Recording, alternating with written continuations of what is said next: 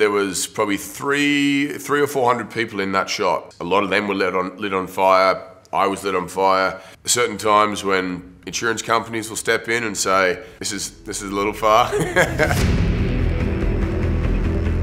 We had an incredible time in the first film and were doing things that I don't think anyone had done before on camera, and it's particularly the complexity with the one-er and the length of that one-er. And this film, we had nowhere to go but up. We had to increase it again and surprise audiences again, which was a huge amount of preparation, and there was a lot more risk involved in what we were trying to achieve, but the reward was so much higher. It was broken up into a couple different segments that we seamlessly stitched together.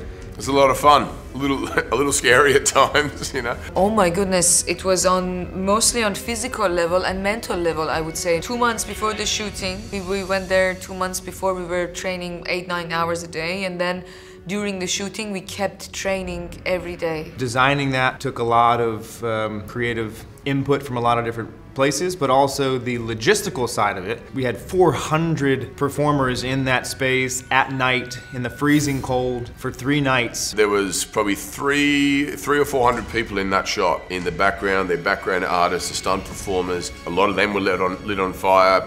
I was lit on fire, and the sequence, that particular shot was probably 20 seconds long before there was a cut. I had about 20 different sort of moves and fights and elbow and kicks and so on. And the instructions I was given is as if by the end of the shot, I was still on fire. I had to quickly pat myself out. The added amount of responsibility for me there, trying to remember my movements and, you know, the steps and so on, and also don't put my head too close to my arm, etc. But it's interesting, once you rehearse those sequences for so long, adrenaline kicks in, instinct takes over, and it all is a bit of a blur. The power of the rehearsal time and the strength is that you drill it into your system so that whether you're set on fire or you got your eyes closed or whatever, you can still do it.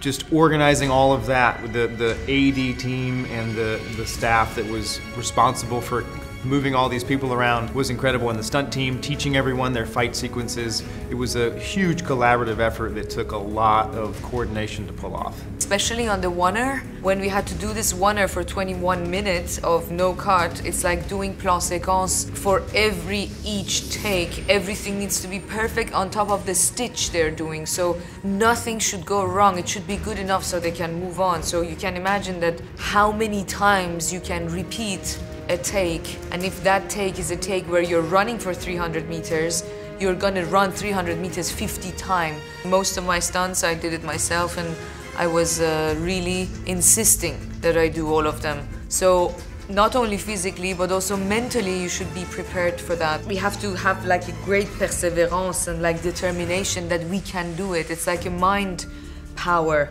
to hold it together. But the way Sam wanted to shoot this film is, not in the traditional manner. We landed a real helicopter on a real train. That was all practical, all in camera. I was on top of the train with the camera in my hands, photographing that, and that was not CG. In that shot, in the far distance, the power plant, that was a CG background because it was many miles away from the location where we shot that portion of the film.